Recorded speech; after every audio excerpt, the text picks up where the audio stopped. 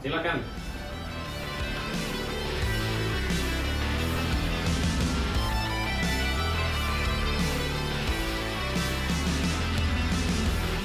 Aura kasih tidak pakai susu. Cakep. Terima kasih sudah diperbolehkan masuk. Siap.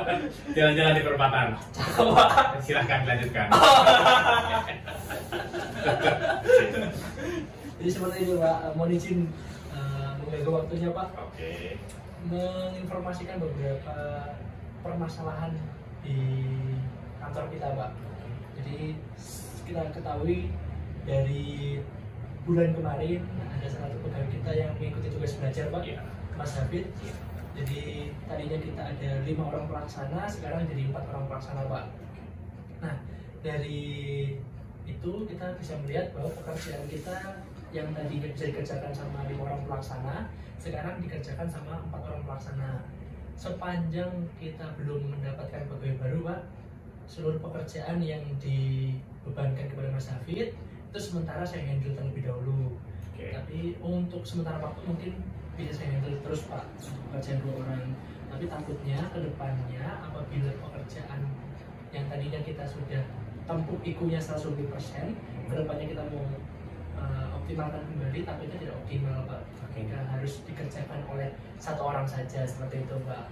Mungkin ada masukan dari Pak Trofu atau saran agar saya bisa mengoptimalkan pekerjaan saya, Pak. Oke, jadi ya memang Hafid terima alhamdulillah sesuai beasiswa ya.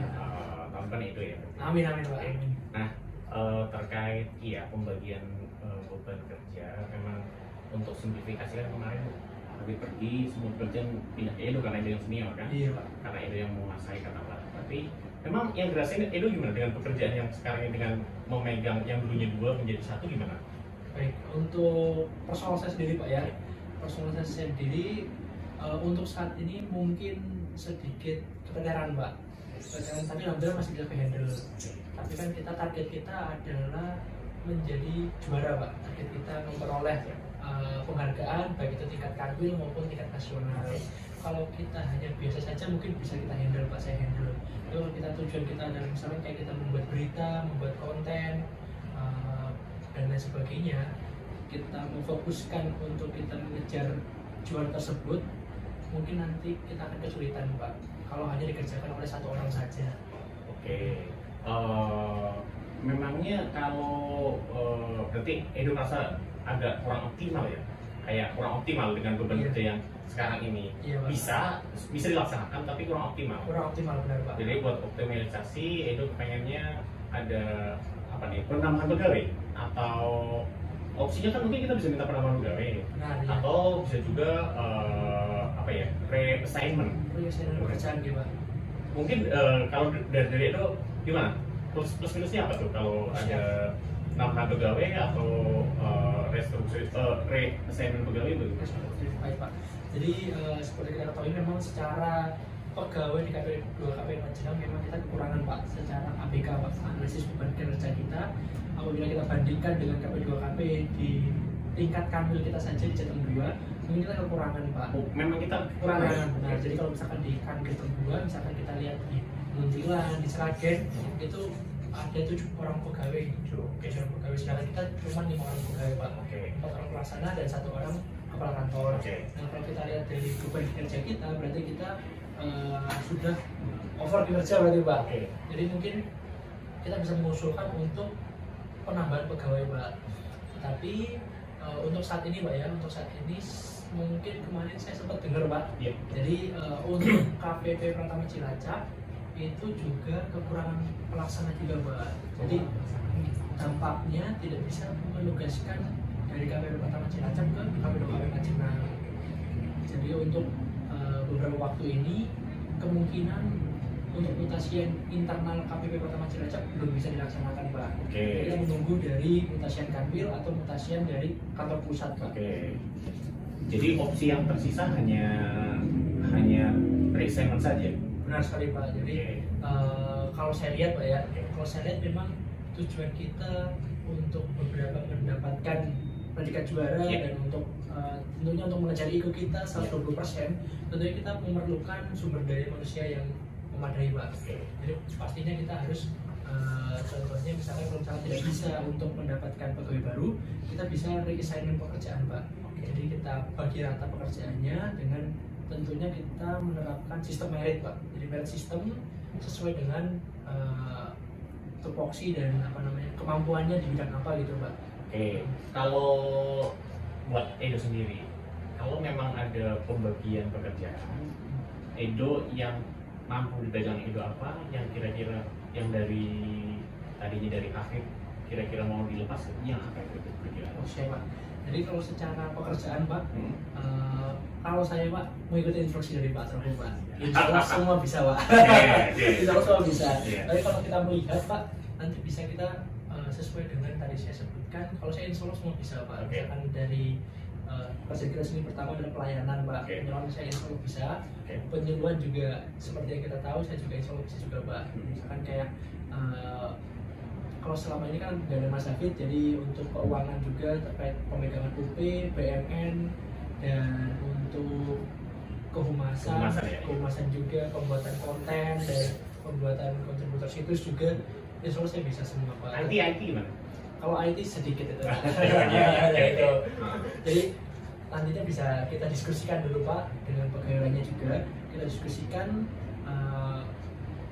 cocoknya di bagian apa gitu Pak, cocoknya dan tidak membebankan juga ke pegawai lainnya juga, jadi biar sama-sama enak semuanya Pak.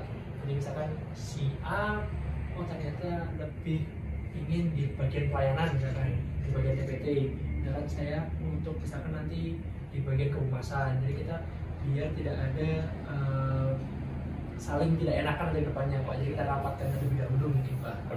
Berarti kalau menurut Edo untuk pembagiannya nggak bisa dari Edo sendiri ya, harus ada kita kumpul bareng lah ya. Benar sekali ya.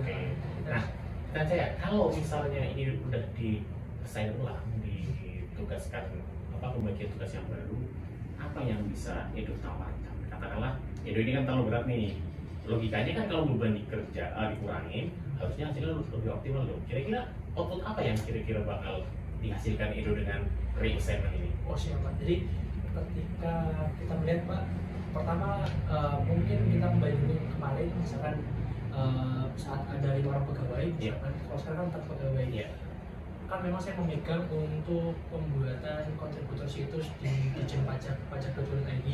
Nah, dengan tadinya saya memegang pekerjaan untuk orang pegawai, mungkin saya satu hari bisa menerbitkan 2-3 berita mungkin Pak. Tapi selama ketika adanya mutasi pegawai tadi, ada yang tugas belajar, yang tadinya pekerjaan 1 orang dipegang, yang tadinya pekerjaan 2 orang, ya, tapi sama Edo ya. Nah, itu yang tadinya saya bisa menerbitkan 2-3 berita Pak, karena padatnya jadwal dan banyaknya pekerjaan yang harus dihandle, misalkan harus bikin laporan keuangan juga, harus terkait BMN juga dan sebagainya, yang tadinya 3 sekarang mungkin 1, mungkin 2 hari sekali gitu Pak, jadi tidak optimal. Tapi kalau misalkan tadinya sudah di reassignment pekerjaan, mungkin yang tadinya kita 3, yang saya terbitkan 3 bisa jadi 4 gitu Pak, sesuai dengan agenda kita adalah untuk mencari juara itu Pak, yang kontributor situs itu. Jadi akan lebih optimal dari sebelumnya? Tentunya Pak. Iya kan, kalau tadinya katakanlah tadi 3, terus kemudian setelah sekarang kurang pegawai jadi 1, iya, atau kurang setengah lah ya, karena 2 kali. Nantinya berarti lebih dari 3? Insya Allah lebih dari 3 Pak. Jadi 4 atau 5 gitu ya? Bisa. Itu buat konten kita apa lagi mungkin yang bisa ditawarkan kira-kira dari Edo? Siap. Jadi sebenarnya kan pekerjaan di KPD Majenang itu bareng-bareng Pak. Tidak hanya misalkan saya tidak pegang penyuluhan, tapi kan dalam prakteknya saya juga ikut menyuluh. Itu terbatas tenaga. Benar Pak. Jadi sebenarnya PIC itu kan untuk monitoring kita, siapakah yang mengerjakannya dan istilah kata yang menjadi inisiatornya Pak. Inisiator dalam pekerjaan tersebut. Nah, satu contoh lainnya adalah misalkan tadinya terkait kontributor situs, sekarang ada kontributor konten mungkin Pak. Jadi kedepannya bisa lebih sosial media, jadi lebih kita bisa fokus lagi ke situ, bisa berpikir lagi membuat konten, editing, dan paling ininya adalah bagaimana kita nantinya membuat ide-ide mungkin Pak. ide untuk itu. Dan yang selanjutnya mungkin nanti ada juga pekerjaan terkait pengelolaan BUMN, pengelolaan keuangan UP juga mungkin bisa lebih optimal lagi, Pak. Oke, yang untuk sosial media ini yang mau kira-kira yang mau dibuat itu apa ya sosial media ini? Nah kebetulan ini Pak, kebetulan kita kan gedungnya kan gedung baru Pak. Nah itu, jadi mungkin kita kedepannya nanti saya menawarkan untuk pembuatan podcast Pak. Bisa, insya Allah bisa Pak. Jadi kita yang tadinya ruangan yang tidak terpakai, bisa kita daya gunakan untuk pembuatan podcast tersebut. Jadi nanti kita bisa membahas masalah perpajakan, masalah usaha, UMKM, dan terus memang untuk publikasi kita juga Pak untuk masyarakat luas, sehingga pajak itu bisa dikenal ke seluruh kalangan Pak. Cuman kan kalau mau podcast, kayaknya yang saya lihat kan kalau podcast pajak itu di mana-mana kan view-nya sedikit itu. Nah, itu kita udah ada peralatan, sudah ada waktu khusus, sudah pakai banyak hal, tapi view-nya sedikit. Apakah itu masih efektif? Nah, benar banget Pak. Jadi tantangan mungkin Pak buat kita ke depannya. Jadi memang secara konten kalau kita melihat podcast dari kantor-kantor lainnya memang views-nya sedikit. Mungkin salah satu tantangannya adalah bagaimana cara mengemas podcast tersebut bisa menarik masyarakat. Mungkin kita melihat kantor-kantor lainnya terlalu formal Pak. Terlalu formal dan terus pembahasannya terlalu rigid.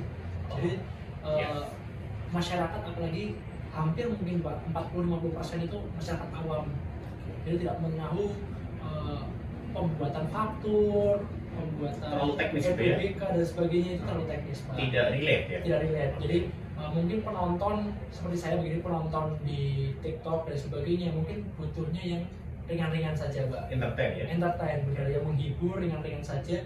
Tapi tentunya kita selipkan sedikit pembahasan tentang perpajakan Pak. Itu sanggup untuk menghandle itu? Insya Allah sanggup Pak, jika ditugaskan Pak. Iya. Kita pasti kerja bareng-bareng lah ya? Siap. Oh, jadi berarti Edo datang ke sini karena masalah keberatan pekerjaan, logikanya seperti itu ya? Bisa dilaksanakan, tapi lebih optimal kalau misalnya bebannya dibagi lagi. Karena tadinya 5 orang menjadi 4 orang dan semua pekerjaan dari Hafid pindah ke Edo. Oke. Kemudian dengan reassignment, Edo bisa menjanjikan beberapa upgrade lah ya, beberapa peningkatan kualitas. Yang utama tadi saya tangkap itu ada penyuluhan kemudian ada kontributor berita ya, kontributor berita pajak yang memang lagi kita kejar untuk jadi juara. Kemudian yang sosial media, kemudian juga podcast ya. Podcast. Oke. Ya kalau menurut saya kayaknya bisa kita simpulkan kayaknya ide Edo bisa kita jalankan, tapi nanti kita bicarakan dengan teman-teman yang lain untuk tindak lanjut itu bagaimana. Tapi untuk output hari ini saya sepakat bahwa kita perlu reassignment pekerjaan dan saya tunggu ya. Kalau udah reassignment ini, saya tunggu hasilnya yang Edo janjikan tadi kira-kira. Karena ya saya tahu kalau harusnya itu mampu buat itu. Makanya ini ada momennya untuk untuk menjadi semacam trigger. Mumpung ada momen Hafid mutasi, Edo banyak pekerjaan, terus ini jadi trigger untuk mengejar prestasi yang kita kejar, yang kita inginkan ya. Oke.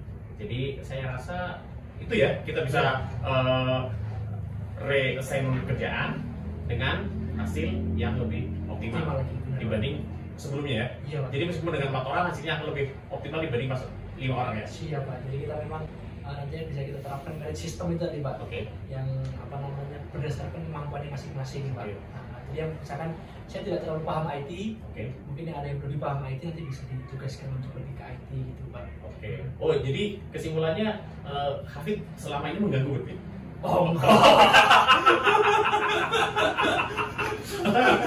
Kirain ada 5 dalam Hafid segini, nggak tahu itu lebih bagus. Jadi kan mikirin ke Hafid lucu nih. Oke. Jadi itu ya Edo. Saya yakin Edo punya kemampuan buat menjadi yang terbaik lah katakanlah.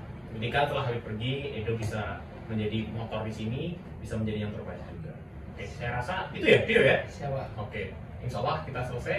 Habis ini kita adakan rapat internal untuk reassignment pekerjaan kita ya. Oke. Dan ingat hasilnya saya tunggu optimal seperti apa ya. Kita tunggu dapat juaranya apa saja. Siap. Oke ya. Oke, siap. Terima kasih dok. Iya. Oke, terima kasih. Siap. Oke. Enggak pantun lagi. Oh, udah terlanjur tuh Pak. Oke. Siap.